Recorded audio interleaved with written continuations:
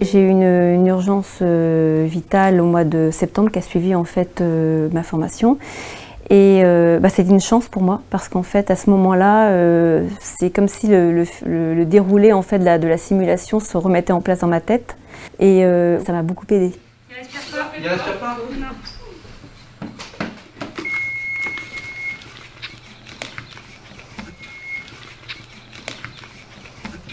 Appliquer les électrodes sur la poitrine nue du patient. Le PSM de Charcot en Codan a été toujours très précurseur dans la gestion de l'urgence vitale au sein de leur établissement. Et puis on a un formateur de chez nous qui est médecin, Dr Jean-Marc Legac, qui a été médecin somaticien au sein de l'unité de Charcot.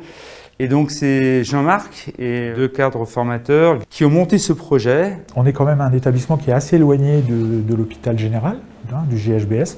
On est à un quart d'heure, 20 minutes. Et on le sait bien, les patients en santé mentale ont un risque cardiovasculaire plus élevé que la moyenne générale de la population. Et on a rencontré des situations d'urgence vitale régulièrement, on en rencontre régulièrement. Donc l'idée, c'est de permettre aux professionnels d'avoir un maximum d'outils et qu'ils soient formés au moins à la gestion d'une urgence vitale en attendant les secours appropriés. Vous avez mal au cœur ou pas, monsieur Bernard? Je vous vois toucher votre cœur.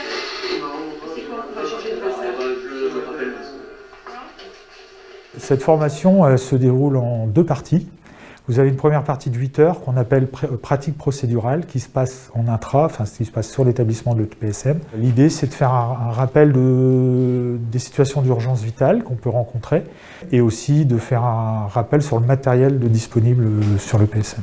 Et après une deuxième partie qui dure 3h30 où là les professionnels viennent au centre de simulation et où on leur propose 2 à 3 scénarios. On utilise des scénarios qui se sont passés sur le PSM et avec le matériel dont disposent les agents sur le PSM. On travaille énormément sur l'interdisciplinarité, le travail en équipe, comment optimiser ce travail en équipe et optimiser la performance de la prise en charge de l'urgence vitale en santé mentale. Ce sont des piqûres de rappel en quelque sorte. Ça permet effectivement d'aborder d'éventuelles situations d'urgence avec plus de sérénité et d'efficacité, en particulier dans les gardes. Moi je suis infirmière aussi de nuit et avec une collègue, avec un binôme aide-soignant, donc je suis seule infirmière, donc j'ai eu des urgences de nuit et il m'est paru très important vraiment d'être au fait des techniques d'urgence en fait. Et donc moi je trouvais ça indispensable en effet de pouvoir réactualiser les connaissances, les techniques, les appareillages.